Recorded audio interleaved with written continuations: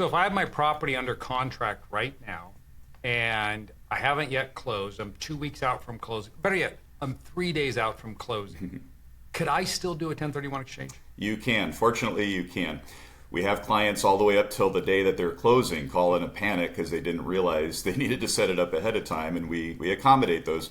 We don't recommend it, but for sure, we can get it set up within just a few minutes actually to make sure it's done before the funds are actually dispersed.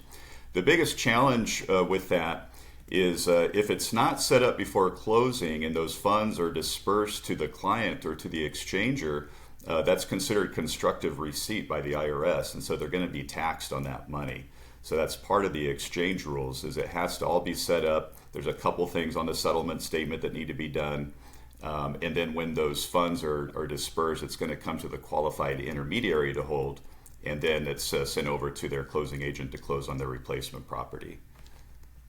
Okay, so if I was someone considering selling a piece of property right now and maybe I didn't know that I wanted to do a 1031 exchange, wouldn't it be then wise, would you say, just to structure it as a 1031? Because if I get involved with this and I can't find replacement property, or I decide, I'm just going to take the funds and I'm going to go buy a boat, I can back out of this at any time. Is that correct? Yes, that's correct. Yeah, it's always wise to do it in case, to give yourself that option. That's one of the misconceptions that when people just try to go it alone and read online, they say that they have 180 days to buy replacement property. But that's only if they had already set up the exchange before they closed on a sale property. Again, once they close and they have that money and then they try to exchange, they don't have any chance. So they kind of can look at it as a little bit of insurance, so to speak. It's kind of like capital gains insurance. If you're not sure what you're going to do, just go ahead and set it up and give yourself that opportunity. Otherwise, you won't even be able to do it.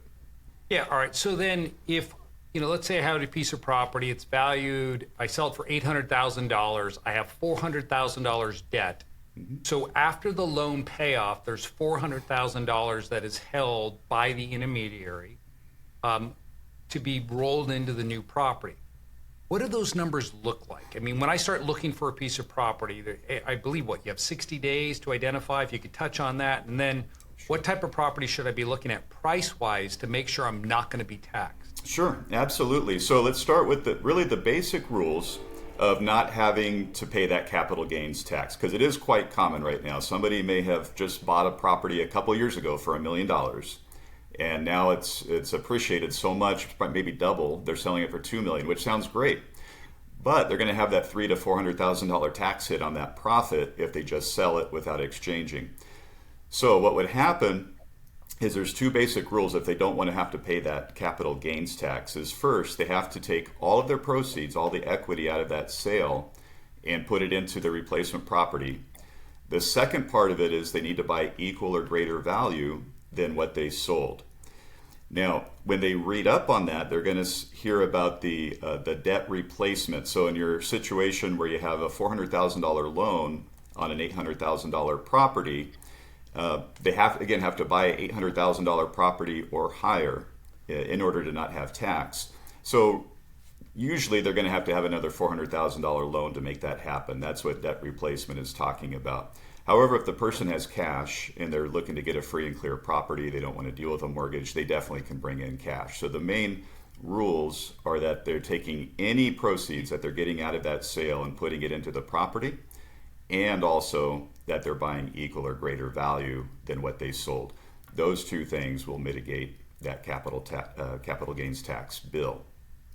Okay, so what I'm hearing, and I hope everyone else is as well, is that just look at what you sold the property for. If you're trying to figure out how much you need to roll into replacement property, whatever you sold it for, that's what needs to be rolled. Is that a simple way of summing all that up? That's a very simple way, and that's exactly how we try to help people simplify everything that they're reading to understand it. Yep, replace what you currently have with your new property, or it could be multiple properties, as long as the total of everything that you're buying is equal or greater value than what you sold, then you're going to be okay.